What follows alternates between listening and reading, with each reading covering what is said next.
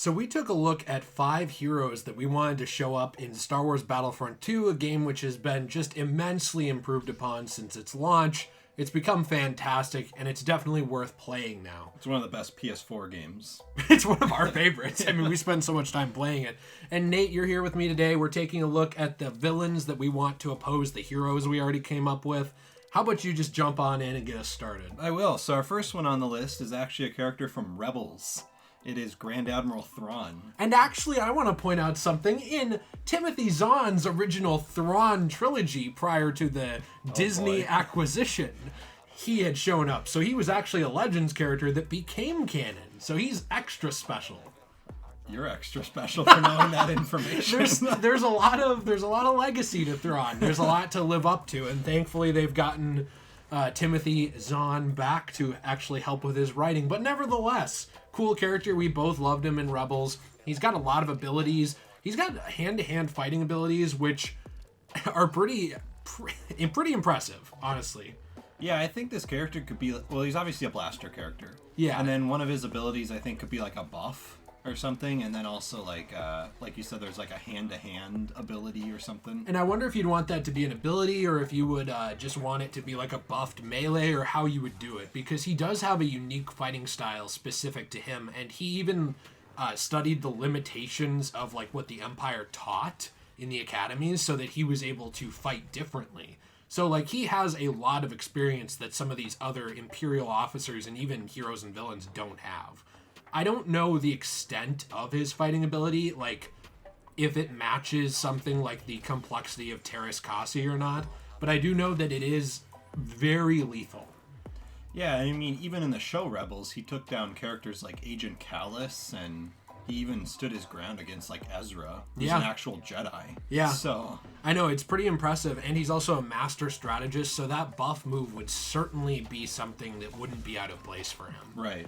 And on top of that, he's just really awesome. He is amazing. He's probably one of the cooler characters that they've reintroduced since the Disney acquisition, I think. He's actually one of my favorite villains in general. Yeah. He was really cool in the show. He was. So our second one, ironically, is the second sister from Jedi Fallen Order. A character who played a major role in that game. We really did like her. I think that the whole Inquisitor angle is very interesting. They don't have any Inquisitors in the game, actually, at all. No, that's right, they don't. And it's kind of weird, because that was like a big thing, like in that post, like during the Jedi Purge up until and before A New Hope. That was kind of a big thing, was the Inquisitors. And actually, besides Thrawn, the Inquisitors were like the main villains of Rebels. Yeah, they were, So, yeah. And there was a number of them, too. And obviously you have people in the background like Vader above them, but like they are like that direct threat. Yeah. So it's odd to me that they don't really show up, especially since they did play a big part again in Jedi Fallen Order. Well, and here's the weird thing. Again, like we said in the Heroes video, Jedi Fallen Order is a property of EA. Yeah. So Respawn Entertainment and EA. they could easily have made Cal as a hero and then the second sister as a villain. Yeah, to oppose that. Yeah. I'm not really sure why they didn't do that. And some of the comments pointed this out too. It's something that I had been reading about for a while, and it kind of looks like EA just really thought that Fallen Order wasn't going to do as well as it did. They've sort of been pushing this angle for a few years now that single player games are pretty much dead, and that like online services are where it's at. And yet they had a disastrous launch with Battlefront 2 and had an amazing launch with, Fallen Order. So it's kind of like it took you 2 years to get Battlefront 2 on track, and you had a day one on track with Fallen Order. There's a lot of things that EA does not really get with just Star Wars. Well, but the problem is they're rewarded with money so much that they think they're right. Yep. So, but I think this character could have a lot of different abilities. She is obviously very good with a lightsaber. She's able to take on Jedi in head-to-head combat with like a lightsaber and Force abilities.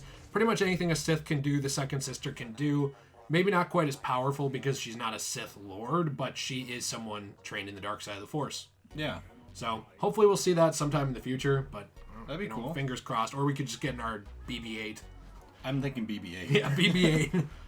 So the next one we have, I think you and I were both surprised that this game didn't launch with Jango Fett. That's what we'd like to see. Yeah, it was weird that it had Boba Fett and not Jango Fett. Boba Fett for the second time. Yeah. Now, I like Boba Fett a lot, but he was in Battlefront 1. Yeah. So why isn't Jango Fett in this one? I don't know. And, I know it was only one movie mainly, but he did play a large role in episode 2. In fact, he was actually the reason for the clones. Yeah. So he's kind of a big character. He is a big character.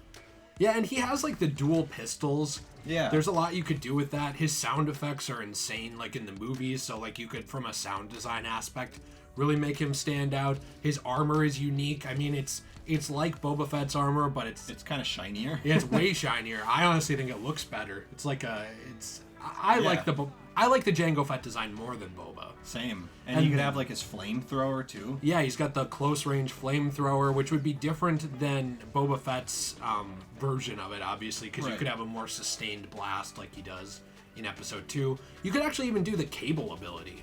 Like how he's able to shoot the cable out of his wrist and grab somebody and pull them. And you can have his saber darts. Those are so stupid. It's just like a one-shot kill. You kill a Jedi. Yeah.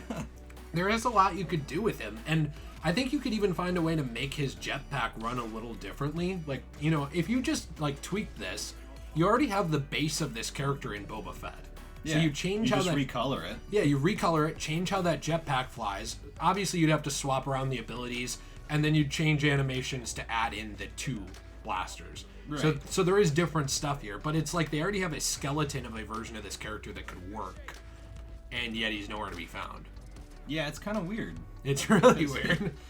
So, who's the next one we want to see? The next one is actually a villain from Clone Wars. Okay. It's actually one of my favorite villains. Ooh. Ventress. Yeah, Ventress is awesome. The secret apprentice, not really a secret, of Darth Tyrannus or Count Dooku. She's really cool. I like her a lot. She goes through a lot of character growth. She's a character that's really interesting because, like, the rule of 2 with the Sith is that technically...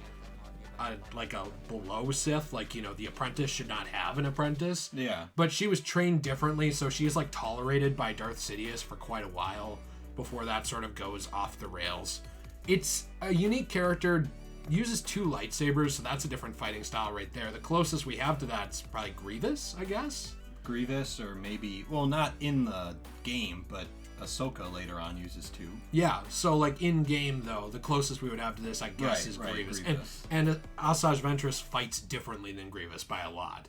So I think that this would be unique. Well, and I think her storyline is actually very similar to that of Maul's. Yeah. Both were apprentices under Dooku or Sidious, but then they both kind of got screwed over by their masters. Yeah. No, that's like hardcore, and then they got mad and basically left the Sith. Yeah, and then they're just sort of their own opposing force. There's a lot interesting with these characters and a lot of interesting abilities they have, and it's weird that we haven't seen any of them. Well, and one of Ventress's abilities could be like like a Night Sister, like potion or something that she drinks. Like some kind of Night Sister magic or something. She could actually turn invisible, like from the show. Yeah. Do you remember that, like, magic thing that they drank and then they turn invisible? Yeah, there's a lot you could do with the Night Sister magic and the dark side magic in general, especially with a character like this. And the last one we have, is this the one we want to see the most? I think it is.